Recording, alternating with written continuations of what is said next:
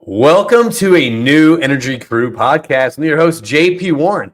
And listen, we're throwing down this podcast because we had a missed flight situation happen to me this week. This week we had a crew club operator roundtable up in Fort Worth, and we had one of our friends scheduled to come and visit and lead a discussion on kind of how to navigate the new administration, new energy policy, a lot of stuff going out there. And actually, there is so much stuff going out there. There's so much noise. There's a lot of different moving pieces right now, not just in the energy space, but kind of on the global geopolitical space. But obviously, if this is Energy Crew, we'll be talking energy. So I said, our good friend Ryan Walker, the Senior Vice President of Federal Affairs for Shumaker Advisors out of their DC office, someone who works very closely with a lot of energy companies and decision policymakers to kind of be an advocate and facilitate kind of conversations between the energy sector and kind of what's happening on the federal government.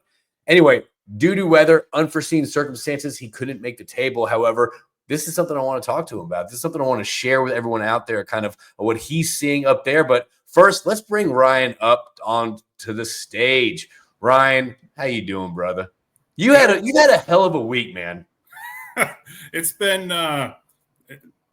I'm good on traveling for a while. Let's give a little context right now. So you and I have been friends for over 2 years or something like that. We became connected on LinkedIn. You saw what I'm doing. I see what you're doing. I'm down in Texas. You're up in DC. Both working, with energy companies and all that stuff. And I love kind of how you're exposed to, the federal level on what policies and kind of the intricate pieces on that, how it actually moves and works. And obviously, with the new administration, we want to get you to the table. Talk to us about your travel experience from DC to Texas and what the hell happened.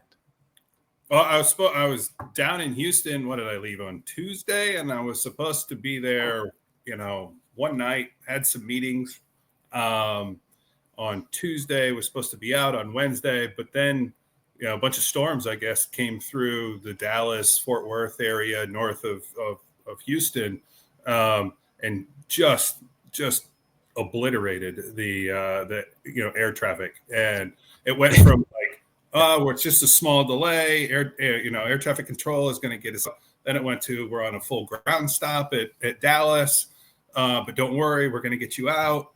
And then after about 3 delays, they put us on the plane, put us on the tarmac where we sat for about 2 hours. God. And then they're like, well, just kidding. We're going to take you back to the gate. So we get off the plane. And then I was just like, well, I've had it. Dude. I'm going to go home. And because I'm not making the dinner. And then they're like, well, we can't get your bag off the plane and get it on the plane to DC. But once you get to DC, you can call and have your bag rerouted. That's not going to happen. I'm never seeing my stuff again. Never seeing that bag again. Yeah. So I was like, well, I got to follow my bag. So I went, got into the Dallas-Fort Worth airport at 11:45 at night. At this point, I'd been at the airport for like almost 12 hours. Well, I remember you texted me. I think it was like 13 because you texted me at like 10 a.m. We're at the airport, slight delay, but I should be landing at 2 o'clock. And next thing you know, it kept getting pushed. Yeah, just awful, brutal. And then finally, I was. And then the irony of it all is, the next day I was like, fine, they put me on a noon flight from Dallas back to DC, and the irony was that flight was delayed. Not by much, but by like 30, 45 minutes. But I was like, I just can't win.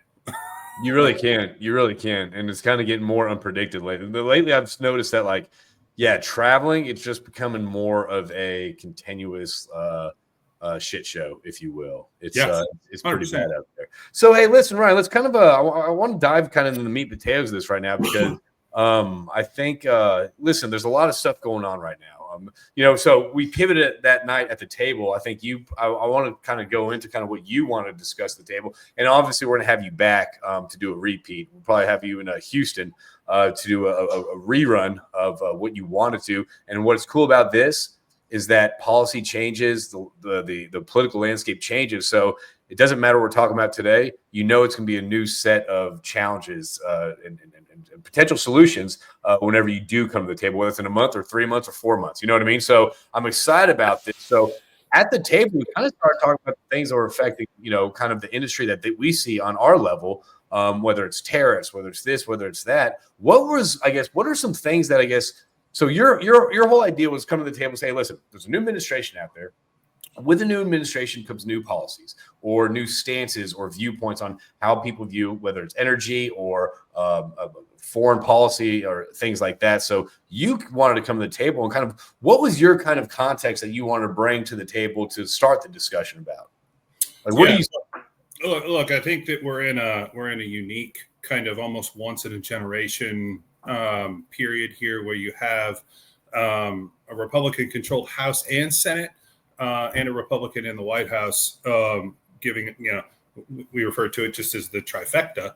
But in the current administration that's in there, I mean, you've never had a more pro-energy president than I can think of. Okay. Just break down the barriers as much as possible.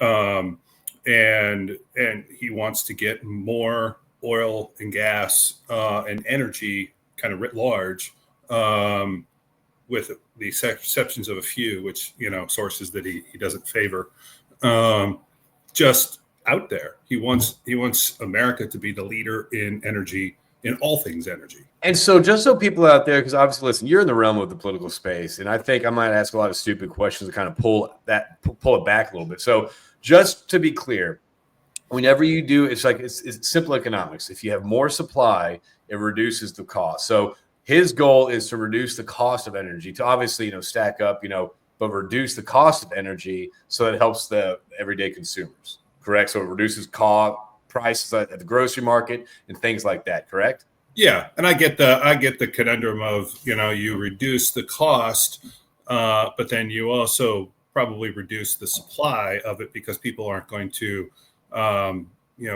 invest the capex to create more of it. So that's kind of an interesting thing to, I guess, kind of peel back and talk about if there is much to it. But it's like, you're right. We have a pro energy president, right?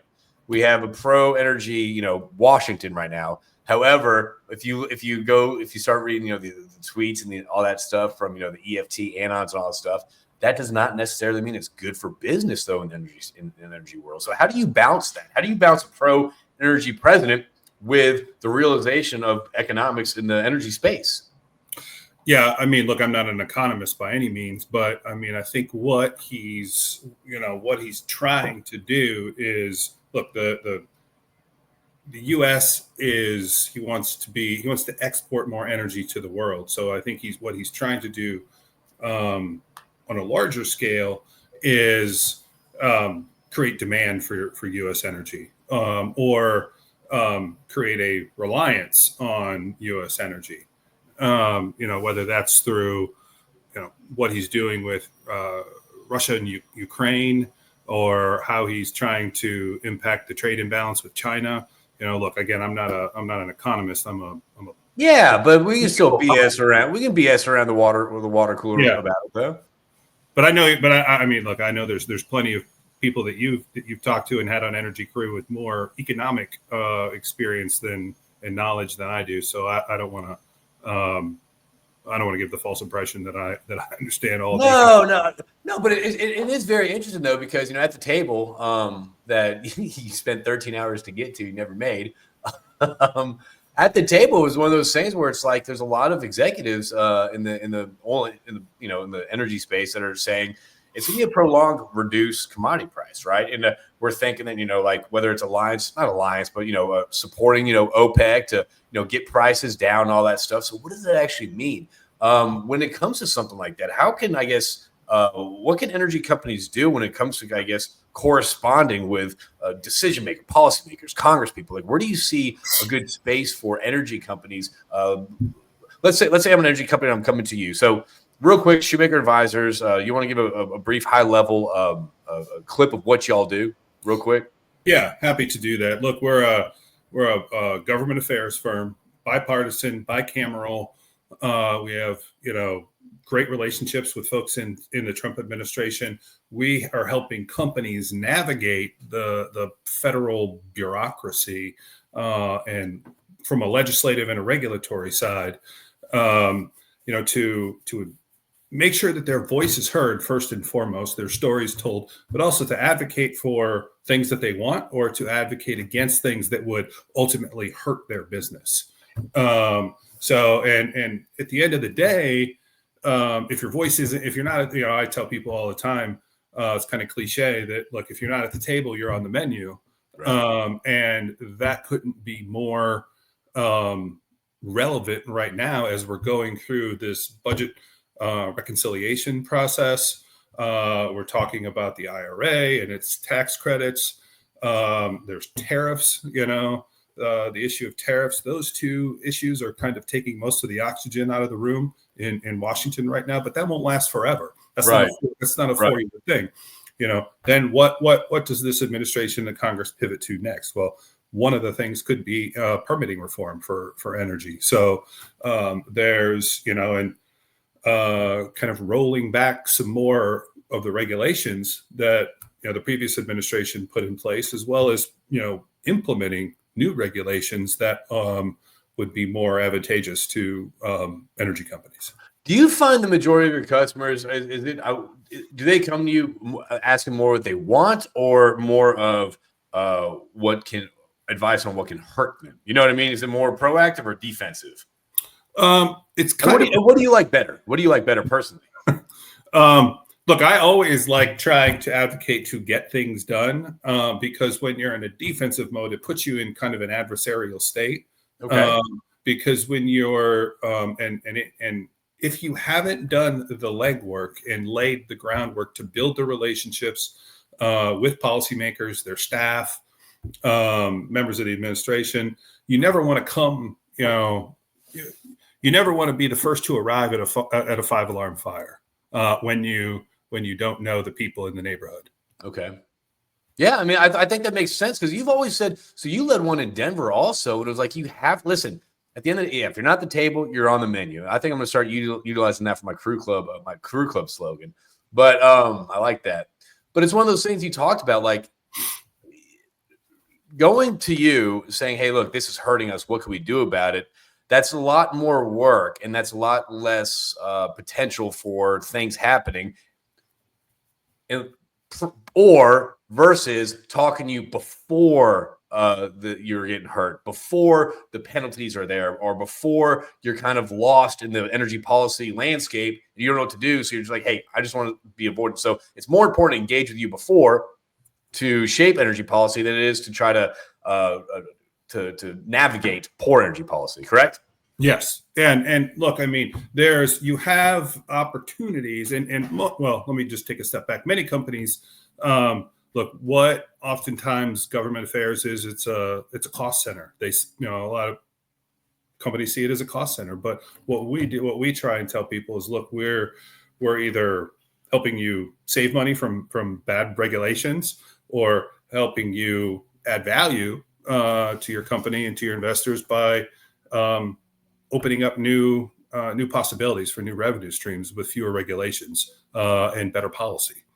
And we really believe that with our clients, we like to become part of their team. Like very frequent calls with our clients, and we want to make sure that we're communicating on a two-way basis. It's just not, well, hey, let me call my consultant in Washington and whatever else. No, we want a regular flow of communication. We want to understand your business as much as we can, so that we can be looking around corners for our clients. It's not just addressing the problem at hand. It's, okay, that problem has been dealt with. What's around the next corner? And how do we position ourselves, to deal with it? So that's kind of, how we look at the client relationship. Are you seeing more clients, I guess, understand the okay, let me provide some context. I feel like previously it was like, oh, you have to deal with energy policy, right? Mm-hmm. However, I think there was a heightened, I guess, lens or focal point towards energy policy from what we've seen in Europe, from what we've seen with the previous administration, and how it really does and it really can impact everyone down the line when it comes to energy. So are you seeing more of an interest when you are doing your visits to your clients, like in Houston, wherever you cover your clients? Are you seeing more of an interest, of an influx of interest when it comes to talking about energy policy on your side? Oh, 100%. Really? I mean, this is, the administration, the Hill, and even our clients and prospective clients. There's such an interest with energy policy right now. But I don't think people know where to begin. Yeah. Okay. Let's talk about that. I think because here's the deal, right? Like I didn't know. Like I don't even know. Like I love energy. I didn't realize how much I enjoy energy policy after talking to people like you. You know what I mean? After talking to I really like it. So for those that are out there that don't know where they can begin with energy policy, because dude, it is a big ball of spaghetti that you can't even know where. I don't know what that means, ball of spaghetti, but you know what I mean? It's just a huge mess. Where can people start? I mean, obviously you need to start from a macro lens, look at, hey, this is my business. Okay. Let's say I'm a pipe producer, sell casing, whatever. So what policies would affect this? Well, tariffs, steel, import, supply chain. So I guess where can people start diving into stuff that affects them and then pull back on stuff that may affect the industry? Where do you start? Look, I think you start by just being aware of the environment and the political environment and the policy environment. Well, how can people do that? Reading the news. I mean, it's very, making sure you're reading your industry news. You're reading news that comes out of Washington. I mean, there's plenty of news sources, whether it's from Politico, Axios, Shumaker newsletter, stuff that we put out in the news. There's all kinds of stuff. But then, I mean, that gets you an awareness. But then how to deal with it is, and in most companies, you're small to mid-sized companies, unless they're a big company, they don't have an in-house government affairs operation. Right. So they talk to people like Shumaker Advisors, like us, who it's there. I tell people, like, look, you spent your life understanding how to run a business, to understand your industry, to know where your customers are and how to meet them where they're at. We've spent ours understanding how the government works, how to interact with it. I tell people it's the people, the policy, the politics, that in the process, how we understand all that. We understand how to engage on our clients' behalf and to get the results that they need. It's putting, it's getting in front of your member of Congress, getting in front of your senator. That could be at the state level or at the at the federal level, depending upon what issues are impacting. So I think there's a greater need for companies to get engaged. And people say, "Oh, look, it's so expensive to hire a lobbyist." These guys are. Well, of course, yeah, It's not. I mean, there are some firms out there that will charge you an arm and a leg, and look, they can get it. It's like any other. But look, we're a smaller firm. We tell people, look, if you hire us, you get us. We're not going to pass the work down to a junior member of our staff. And we like to become members of your team, of the client's team. And there's so much going on in the energy space right now. So that it's almost like it's too much information.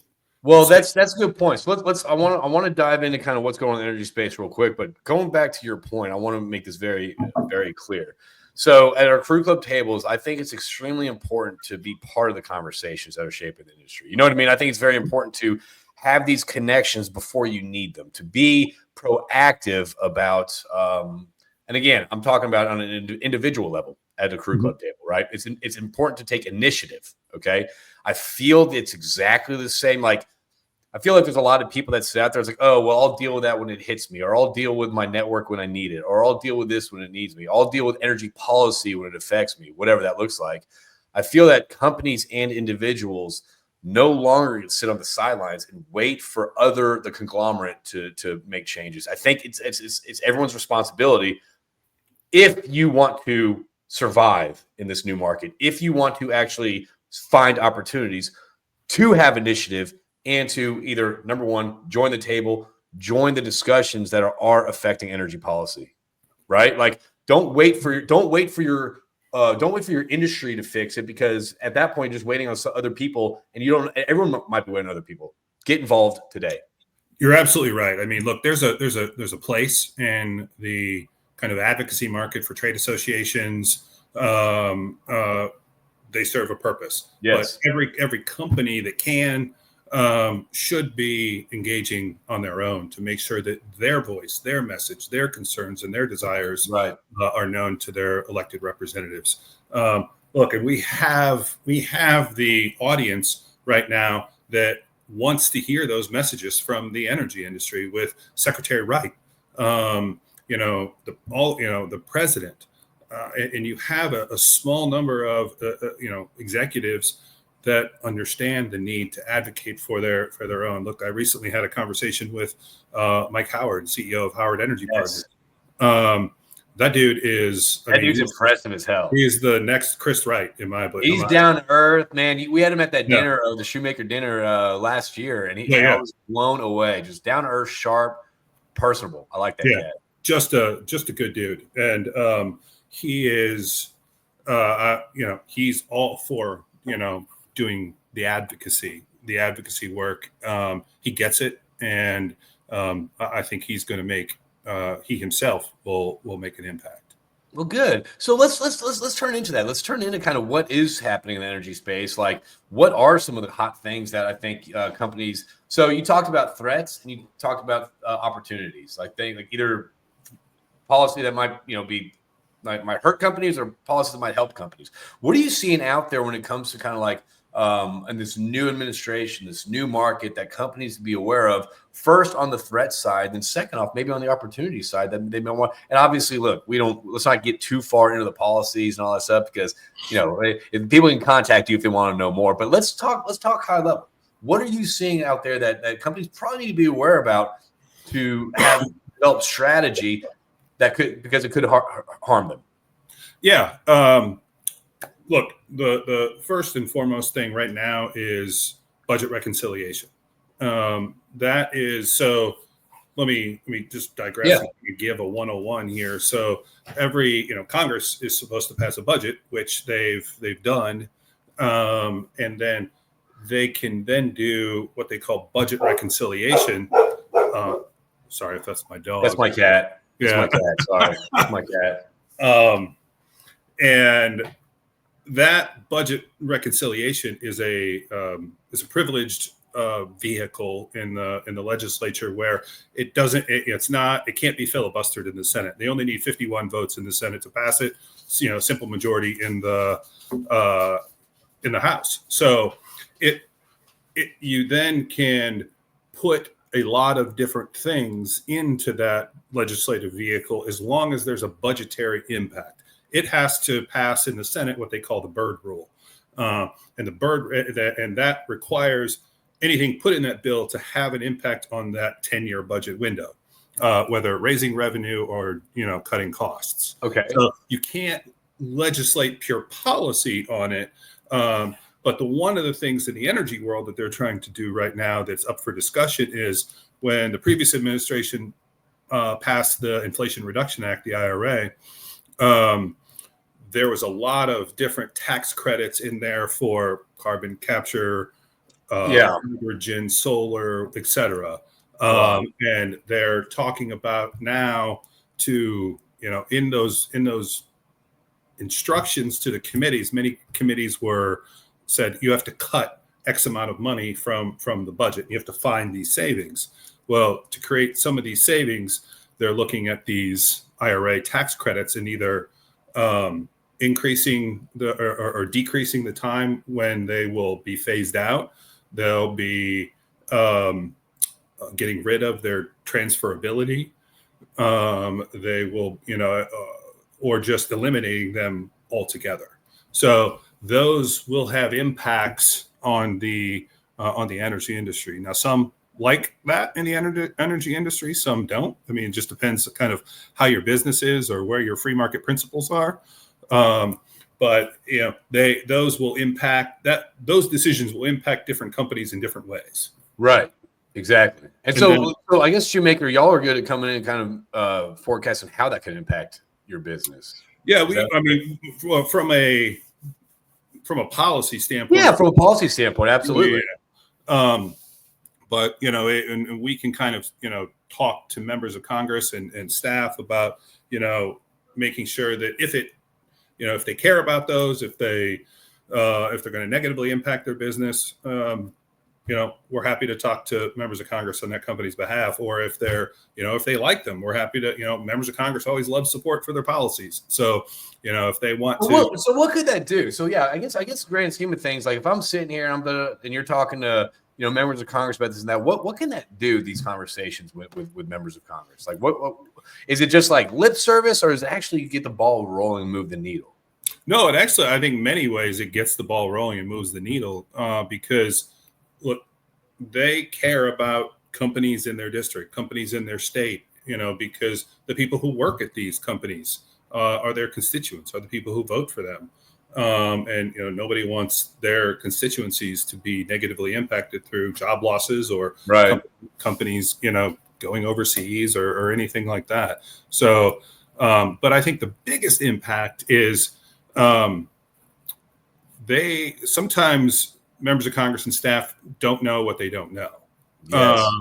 And this is and look, a member of Congress and a congressional staffer, or even someone in the administration, their day is scheduled in 15-minute meeting increments, right? So they're getting bombarded by different issues constantly all day, and it's our job here in Washington as a representative of the company to stay in front of them on a frequent basis, to continue to remind them and educate them about what's going on with the company and their needs, because the company themselves, they're busy running the company. They're busy producing the products. They're busy talking to customers, things that they may not necessarily have time for. Well, also, I think I think another side of that too is just the realities of energy. So yeah, you have to think about this. Whether you have your own company, you've been in this industry for 20 years or whatever that is, like you're in this industry, you're in this echo chamber, right? Like I know it's about energy. I know the realities of energy. I know this and all that stuff, but you need to put yourself in the shoes of the Congress people, of the people that don't live or that aren't in your echo chamber, right? Mm-hmm. So I'm thinking about, before I joined this industry, I had no idea. I would think, oh yeah, $50 oil. The industry must love that because it makes everything cheap, So there's a disconnect when it comes to energy realities and how energy actually works and kind of public perception. So I think you being in front of people to talk about the energy industry and what it actually, how it's actually being impacted, because at the end of the day, it's exposure. If you don't, you're right, you don't know what you don't know, and if you're not representing companies, you're right. They want to understand, like, okay, well, it's probably good for the industry when it could be detrimental. So again, I think educating people about industries is extremely important as well. And I think that I'm just kind of echoing what you're saying. Yeah, no, you're absolutely right. And I mean, not just on the reconciliation, but that's more congressional focused. And then, as we mentioned earlier, the issue with tariffs. Or any type of regulatory issues that rulemakings, things like that companies are, have an interest or concern about. It's educating, members of the administration about what the impact of their decisions are. Okay. And that may not change this White House's opinion or stance, and that's a different conversation. Yeah. But it's making sure that they know. We had a client that had an issue. They read a draft executive order, and they were concerned that a specific piece of it wasn't made clear enough, and any potential legal proceedings over it, it could be interpreted in a way that would negatively impact their company. So we had a conversation with someone in the administration, and they were like, no, this is not the intent of it. And they're like, okay, good to hear. Now these the addition of these words would make it more clear. Yes. And help us sleep better at night. But without them knowing, you're right. They don't know what they don't know. Yeah. So let's talk about tariffs real quick. I mean, that's been a hot topic around the table, and what I'm gathering is that no one really knows. I'm gathering some people are being preemptive about it, right? Some people are not. So let me ask you a question. Your crystal ball, obviously, listen. This people will listen to this in probably 2027. It'll be different. But what do you see right now? I guess when it comes to how do you see this whole tariff thing playing out? Like, I mean, listen, we don't know, but like let's pretend. Yeah, look, and I think there's two things. One, the president's trying to change the global economic paradigm Right. as much as he can, and he's really trying to help the United States in that decision making, and to achieve that goal, I think he's using tariffs to a certain extent as a negotiating tool. Right. Yes. So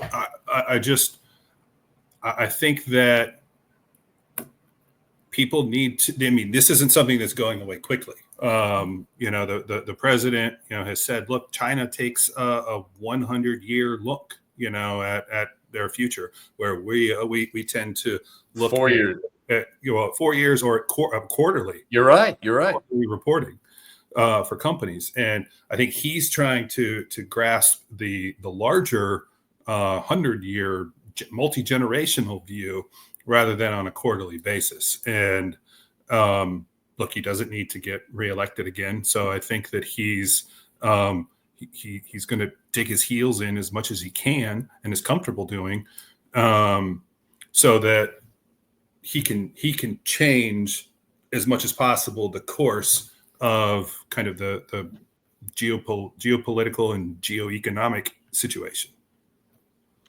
With a pro-energy president, and again, I think this is one of those things where it might be a misconception right now, but with a so when do you see people being more active when it comes to dealing with energy policy and all this? Is it when it's a pro-energy president or not a pro-energy president? And when should they get involved? I think they should get involved right now. Yes. And stay involved, because whether it's a pro-energy president or an anti-energy president, if you will, there are going to be things to engage on, whether it's regulation that helps the industry or is detrimental to the industry. But I think people generally come to the table when there's a fire to put out. Right. Right. And by then, I feel like it's always too late. Sometimes it is. It certainly makes it more difficult. Right. Yeah. I feel like when it comes to something like this, because it's such a slow moving ship, like you really do have to get involved on the. Well, and it's not just on the policy side, but it's on the political side as well. Explain the difference. And so the policy, it's working with Congress, it's working with the administration, it's working with legislators and political appointees to change policy to whether from an offensive or a defensive position. On the political side, it's engaging to get the right people elected who are pro-energy, who are pro-business. Organizations like Energy Impact. Oh man. Love me so much. I got my hat in my closet. Yeah, they're an organization dedicated to helping pro-energy candidates get elected to office. Yeah, and it's getting involved, whether it's on a personal level or through a corporate political action committee or supporting organizations like Energy Impact that that help get the right types of candidates in there who are amenable to the energy industry and its goals. So I guess it's one of those things too. I think in this day and age, I mean, how necessary is it to get involved when it comes to energy policy? I mean, can you just operate? Obviously, you can operate, underneath the radar, kind of just responding to energy policy. But I mean, I feel like, and this might be not even a plug, but I feel like companies need to get involved right now because unfortunately, energy has been politicized. Mm-hmm. You know what I mean? So I feel like companies needs to be part of your business strategy, whether it's marketing, exposure, policy, right? Yeah. I mean, that's a necessary wheel. It is. I mean, look, it's those 4 Ps for companies, and we help them understand that the policy, what is the policy? How is it going to impact your company? The people, who are the right people to talk to in government about the policy, understanding the process which that policy will go through, and the politics. What's the political undercurrent that is driving the policy? Because at the end of the day, most everything is political, right? And that's, I don't know, as I said that, I was like, that makes it sound so like smarmy, but it's not. It's just a reality that, since we've been a country, there have been political decisions made. And, not that everything is political, but a lot of things are driven by politics.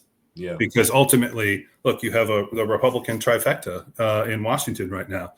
The Democrats in the party in the minority are trying to get back into power, and they're going to leverage politics to do that. The next inhabitant of the White House may not be pro-energy.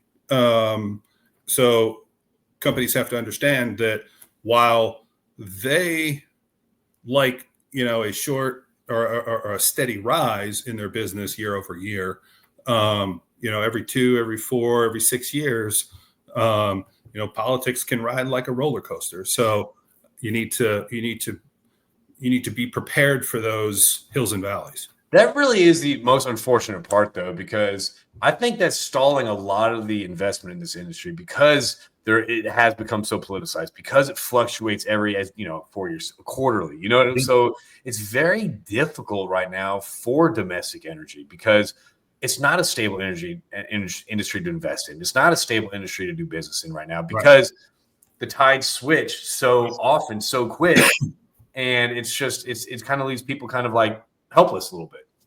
Yeah, look, I mean, it has been politicized. It will continue to be politicized for as long as I can think of. But it's not as easy as just sticking a straw in the ground and pulling up crude, which many people think that, oh, hey, people can just go out and drill a well and produce more oil and make America the greatest energy exporter in the world. Well, there's a lot that goes into that. Yeah. And companies typically plan, is 10 plus year timelines, investment timelines. And now, the market's calling for more capital discipline. So there's all of these factors that weigh into this. And and I think that's why it's important to add that arrow to your quiver as a company to be able to engage with policymakers over the life of a company rather than pulling the fire alarms and dealing with the hills and the valleys. So y'all are kind of like a fractor. Was it fractional CFO? Because y'all are kind of like the third party arm of for companies that don't have government affairs or that need to stay on top of energy policy. Y'all. So at the end of the day, y'all are fractor. What am I thinking? A fracture? What? You know what I'm talking about? What? Fractional? Thank you. Oh. I don't know why, dude. It's been a long week for me too, buddy. All right, fractional. Y'all are the fractional kind of government affairs arm of companies if they need it. Yeah, we are. Or if they're big enough and they have their own government affairs teams, oftentimes we support their in-house government affairs. I can see that. But I'm thinking more of companies that are like, because I talk to a lot of people, and you're right. Obviously, we know people at big companies that have these arms and all that stuff, but there's a lot of companies out there, man, that don't. There's a lot of companies out there that are just kind of like, they're going by the sway and the current, So I think engaging in something like this to at least have that knowledge, and again, it could be on any level that people want, like whether it's once a week check-in, daily check-ins, or whatever. I think it's important to get out there and to have these conversations. It is, and I can't stress enough. It's important to have these conversations on a bipartisan basis. You can't just be talking to Republicans, because there are Democrats out there that are pro-energy. Not everybody, wants to keep it in the ground. Even if it's not pro-energy, but there's also, people out there, Democrats, Republicans, it doesn't matter. There's also people out there that just don't understand energy realities. Correct. Yeah. And it's and even if you're not going to agree with each other, it's still worthwhile because you're creating an awareness that may not have been there previously. Exactly. And you see poor energy policy play out not just in consumers' wallets, but you also see it when it comes to, I guess, the health of countries. I mean, you're looking at Germany, closing down nuclear and all that stuff, firing up coal because they had this green push. And you have a first world country like putting on jackets in the middle of winter in the universities because they couldn't turn on because they have no natural gas to heat up the buildings. So poor energy policy does affect everybody. I don't care if you're Republican, Independent, Democrat. Poor energy policy sucks for everyone. Yeah, 100% it does. And I think that's the title of this podcast. Because it ultimately, whether it's about pulling the resources out of the ground, or whether it's their constituents or your friends and family going to the pump to fill up their car or charge their car. Yep. There's that energy has to have come from somewhere, and there had to have been a policy to facilitate or inhibit that energy. Right. What else you got for us? We're wrapping this up right now, coming on minute 41. What else you got for us out there? Obviously, listen, if anyone wants to connect with Ryan Walker, you can find him on LinkedIn. Shumaker Advisors. That's SCHUMAKER Advisors, and he's at the DC office. But I think y'all are founded in Ohio. Yeah, so we're part of a larger law firm, Shumaker, Loop and Kendrick. It's a 100-year-old law firm that's headquartered in Ohio. But we have offices, in multiple states.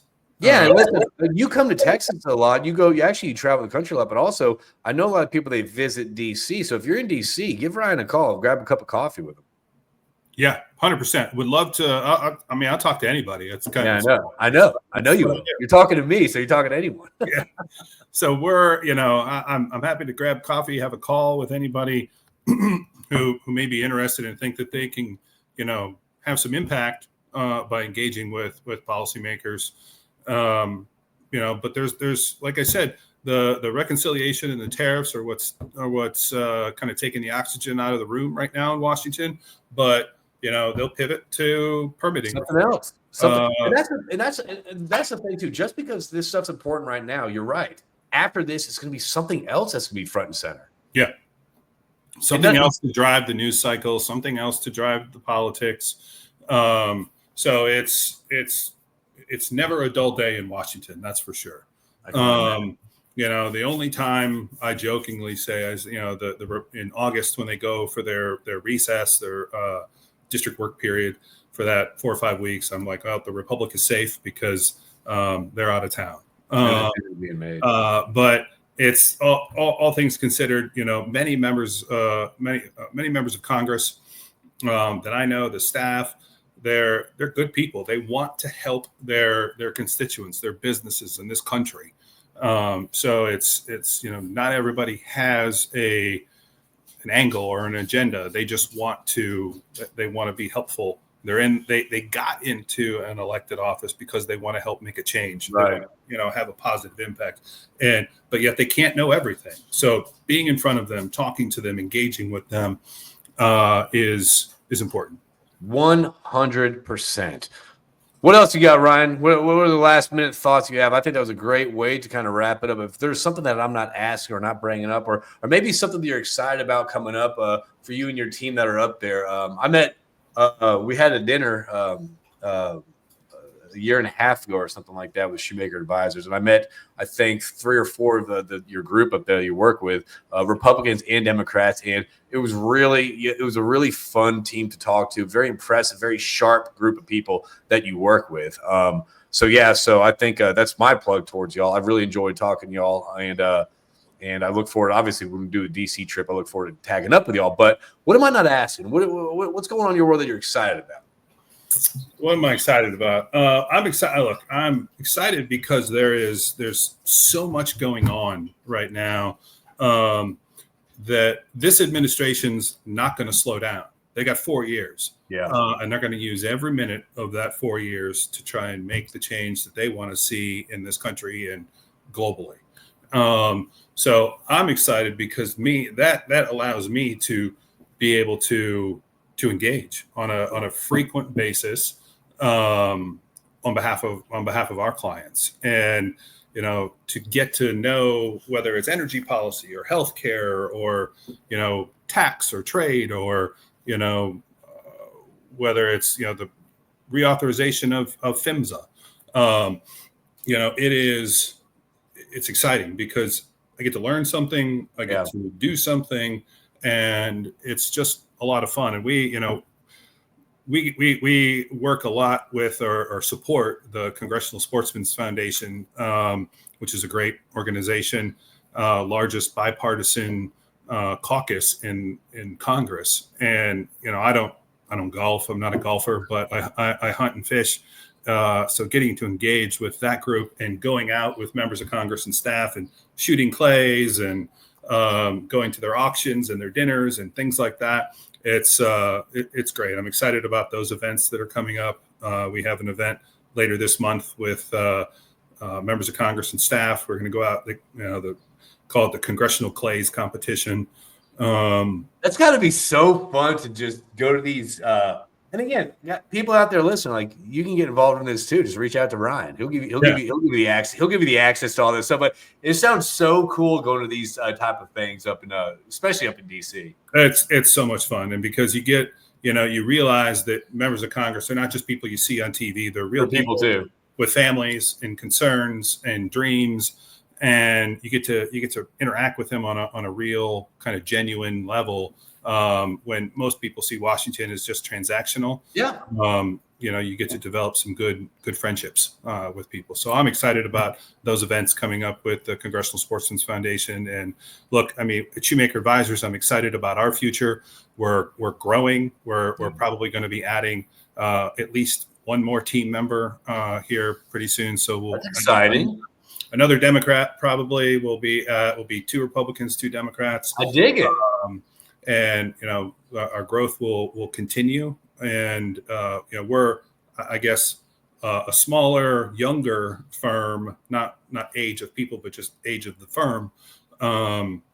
And there's lots of competition here for the business, but look, we think that we offer a unique perspective and unique services to our clients. So I'm excited about our growth.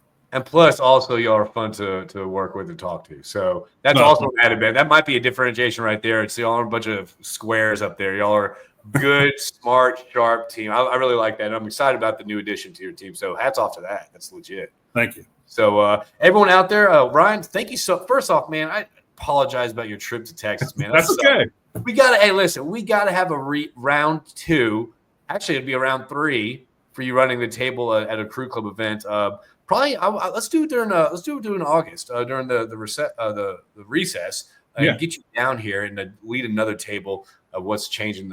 By then, tariffs will be another conversation. By then, supply chain, China, there'll be different conversations, but there's some conversations that we need to know as an industry because it impacts us all. So absolutely. Everyone, reach out to Ryan, connect with him on LinkedIn, check out Shumaker Advisors. Ryan, thank you so much for being on, brother. You have a good weekend. And thank you too. I guess let's talk soon, buddy. All right, brother. Good to see you. All right, y'all. Thanks for tuning in. We'll talk to everyone later on Energy Crew.